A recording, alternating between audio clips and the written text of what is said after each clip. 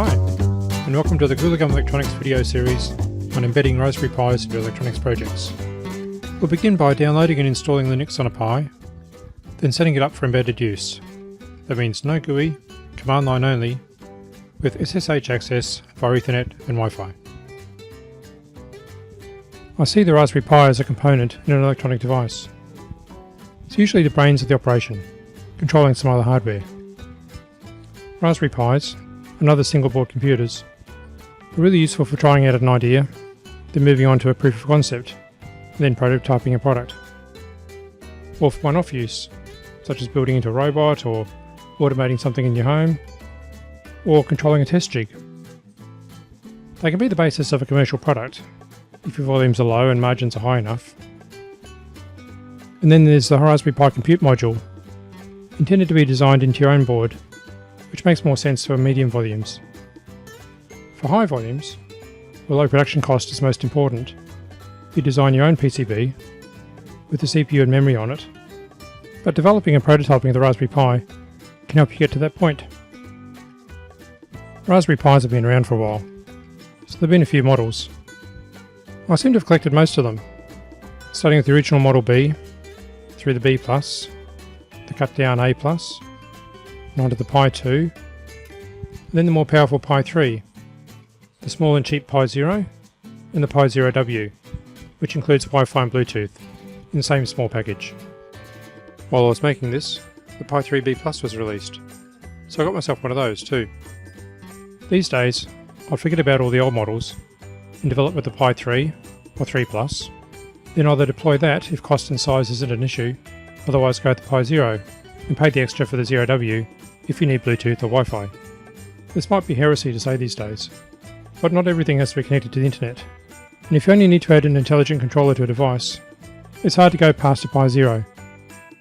Unless of course a computer running Linux is overkill, or you need real-time response, in which case a microcontroller, such as a PIC, might be a better choice.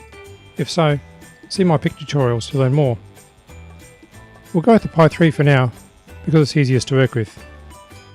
Which operating system to use? That one's easy. There are a number of specialised operating systems and Linux distributions for the Raspberry Pi, but the sensible one to use is Raspbian. It's the official distribution, so I know it's going to work. There's a lot of support, so we won't need to reinvent the wheel, and since it's based on Debian, there are a heap of packages available. It just makes it easier. But we don't need a GUI or anything fancy like that, just a basic package. Okay, let's go get it.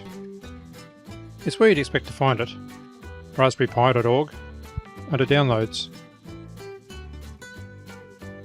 There are lots of options here, but, as I explained, I want Raspbian. And I don't want the desktop, just the light version. While it downloads, I'll take a look at the installation guide. It says I'll need to write the image to an SD card, which makes sense, and they recommend a program called Etcher to do that. So I'll download it.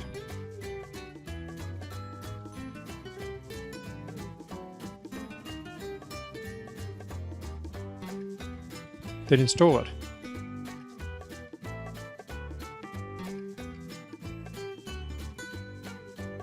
It runs straight away, so all I need now is Raspbian image, which is still downloading.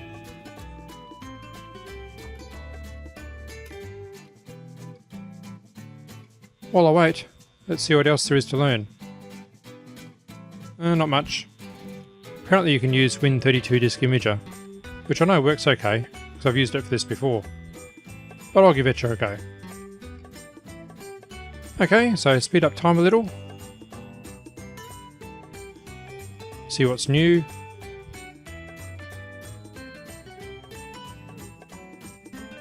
Here's a video you could watch instead of this one. Check out the documentation. Okay, it's downloaded. Back to Etcher, and I'll go find the image I downloaded.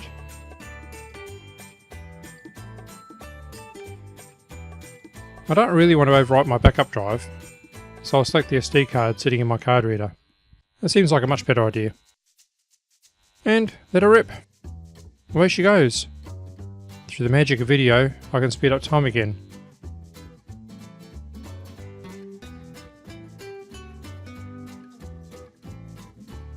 Ending up with a copy of Raspbian Lite on an SD card.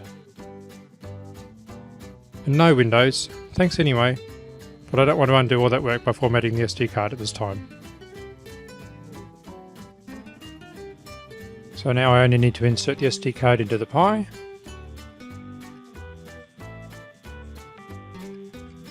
And connect the keyboard and a LAN cable.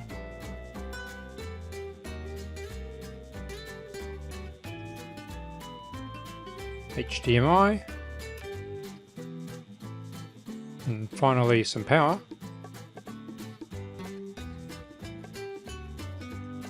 And the Pi should boot. It starts by resizing the root file system to fit the SD card. That only happens the first time the image is booted. And then it starts the various Linux services, some of which you can disable later if you don't need.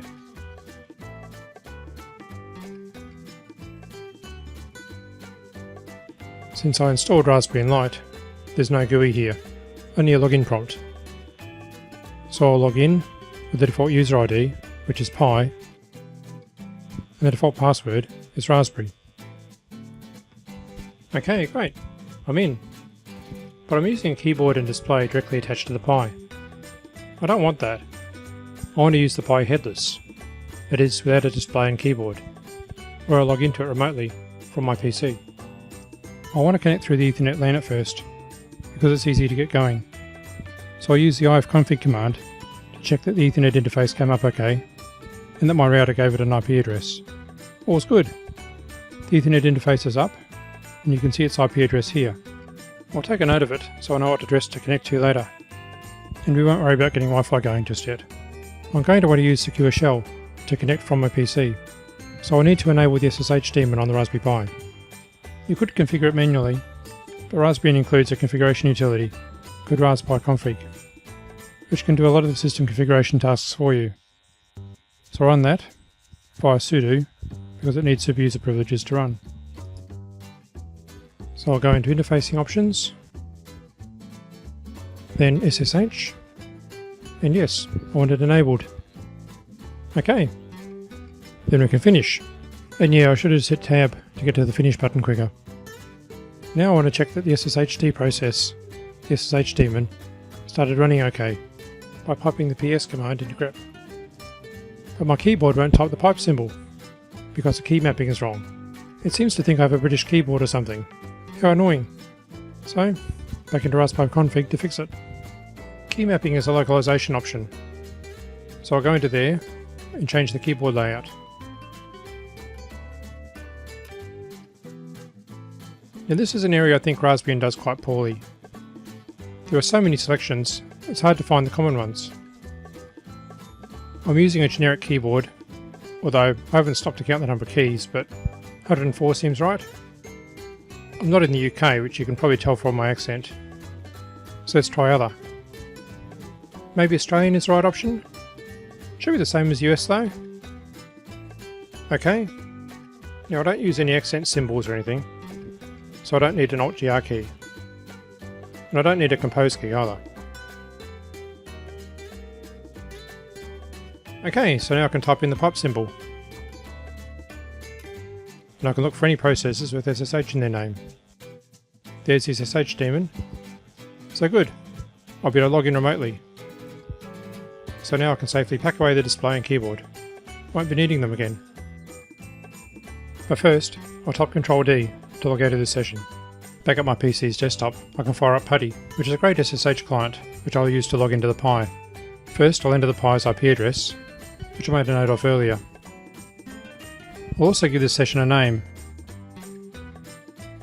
and save it, so I can get back into it easily later. When I open the connection, Putty warns me it's never seen this server's host key before. By server, it means the Raspberry Pi, which seems a bit small to be called a server, but that's what it is as far as SSH is concerned. Anyway, it's all good, so yeah, I trust it. I'll just make the window a bit bigger. then log in as the Pi user again, and we're in. You can see we're running Linux kernel 4.9. The SMP stands for Symmetric Multiprocessing, which means the kernel was built to support multiple CPU cores, which is needed because the Pi 3 has 4 cores, and it was built for the ARM7 architecture. Raspberry Pi here is just the host name, what this little computer calls itself. We'll change it later. Then we're told that this is free software, and you get the warranty you paid for, which is none. We can change this login message later too. Finally, we're warned it's a good idea to change the Pi user's password, because anyone who finds it on the network will be able to log in and do anything, because the Pi user has super user access. Now this is my home network, and not that I don't trust my family, but still, I better change that password. Okay, that's better security, but I'd still prefer to log in as myself instead of Pi. So I'll use the add user command to make an account for myself. I don't really need to enter my full name, but I might as well. I certainly don't need to fill in my phone numbers though.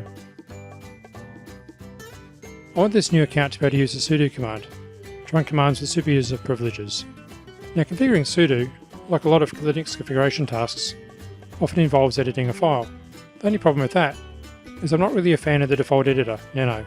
Nano's okay for beginners, but in my opinion, although you may differ, there's only one true editor, and it's called VI. Not Vi, but VI. In its modern incarnation, it's called Vim. Seriously, it's worth learning. So before I configure anything, I want to change the default editor to Vim, and I can do that with the update alternatives command.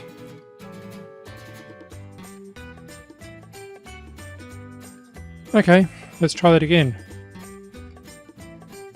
But this time, use sudo to run it. I specified Vim Tiny here because Raspbian comes with a tiny cut down version, not the full featured Vim. That's fine, I can install the full Vim later, and meanwhile, Vim Tiny is still better than Nano. Now I can run vi sudo to edit the sudoers file, which configures sudo. I want my new David user to be able to execute any command, but I see I don't need to add anything to this file. It's telling me that any user in the group sudo can execute any command, so I only need to add the user to the sudo group. So, no need to change anything, and I'll just exit. Then run add user again to add the account to the sudo group, like this. The groups command shows that yes, David is now a member of the sudo group. I'm going to want to add my account to other groups later, but that'll do for now. Now I can type Ctrl D to log out, then restart PuTTY, open the saved session, log back in as David, and then test sudo to see that it works. The first time you use it with a new user, you get this lecture. I am the local system administrator, so I guess I'll just have to lecture myself. Then enter my password, and all's good. Nothing seemed to happen here because I tested running the ls command, and there aren't any files for ls to list, so it doesn't list anything. I'll try it again with the date command. That worked okay. No need to enter my password again, and no lecture this time. Let's clear the screen and carry on. Now I've got Ethernet working, I'll set up Wi-Fi.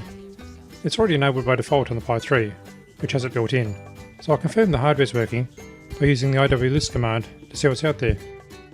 WLAN 0 is the Pi 3's built-in Wi-Fi interface, and scan tells iwlist to look for the Wi-Fi networks. Okay, now that's a lot of info. What I really want to know is whether the Pi can see my Wi-Fi network, so I just want a list of network names, or ESS IDs. So I'll pipe the output of iwlist into grep to list only the ESS ID lines. There's mine. The Wi-Fi is controlled by a Linux process called WPA supplicant, which takes its configuration from a file called wpa-supplicant.conf. I need to add some lines to that file to tell the supplicant to connect to my Wi-Fi network. The network is described by a network section that specifies the network name, or SSID, which should be exactly the same as the ESSID we saw before, and the network password from your wireless router or access point.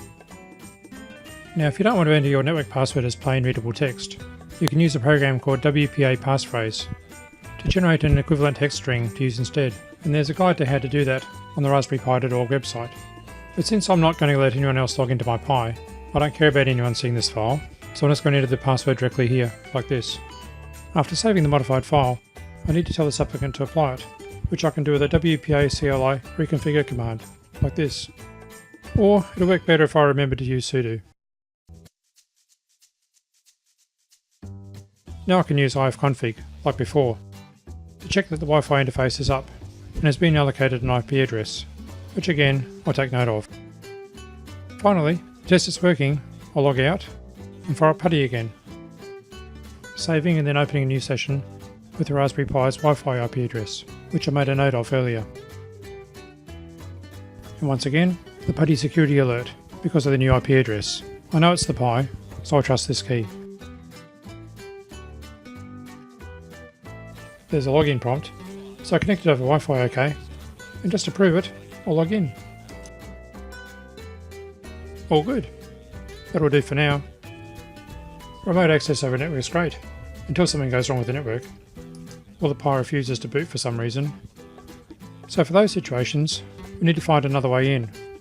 In the next video, I'll set up a serial console so I can see the boot messages and log in, even when the network connection isn't working. See you then.